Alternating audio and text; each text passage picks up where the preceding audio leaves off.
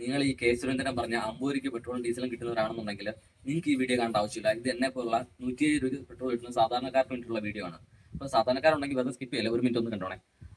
നമ്മുടെ central government ഒരു പുതിയ സ്കീം കൊണ്ടുവന്നിട്ടുണ്ട്. അതായത് E20 എന്നുള്ള ഫ്യൂവൽ, അതായത് 20% എത്തനോളിൽ നമ്മൾ പെട്രോൾ മിക്സ് ചെയ്ത് തരുന്നു.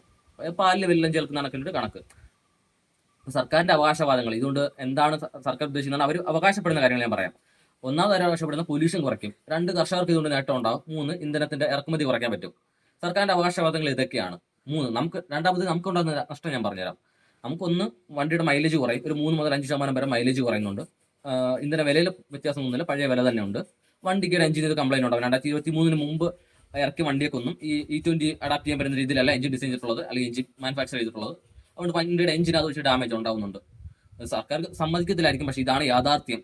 മെക്കാനിക്കുകൾ പറയുന്നത് യാഥാർത്ഥ്യം. ആരാണ് നേട്ടം ഉണ്ടാക്കുന്നത്? ഈ മഴയത്ത് മുമ്പ് കുട കച്ചവടം തുടങ്ങുന്നതിനെ പോലെ ഇതിലിപ്പം ഈ E20 വന്നതോടെ ഡിസ്റ്റിലറീസ്, അതായത് എത്തനോൾ ഉണ്ടാക്കുന്നവർക്ക് ഒരുപാട് നേട്ടം ഉണ്ടാവും. അപ്പൊ ഇതിൽ ആരാണ് ഈ എത്തനോൾ ഉണ്ടാക്കുന്നത്?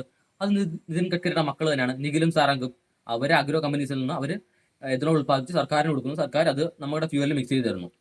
അപ്പം ഈ 20 കോടി രൂപ വരുമാനം ഉണ്ടായിരുന്ന കമ്പനി ഇപ്പൊ 510 കോടി രൂപ വരുമാനത്തിലേക്ക് മാറിയിട്ടുണ്ട്. ഇത് ഈ ഒരൊറ്റ സ്കീം വഴി 510 കോടി രൂപ വ്യത്യാസം വന്നിട്ടുണ്ട്. അപ്പൊ നിങ്ങൾക്ക് മനസ്സിലാക്കി ഇത് രാജ്യത്തിനാണോ നേട്ടം, അതോ അദ്ദേഹത്തിന്റെ കുടുംബത്തിനാണോ നേട്ടം എന്നുള്ളത്.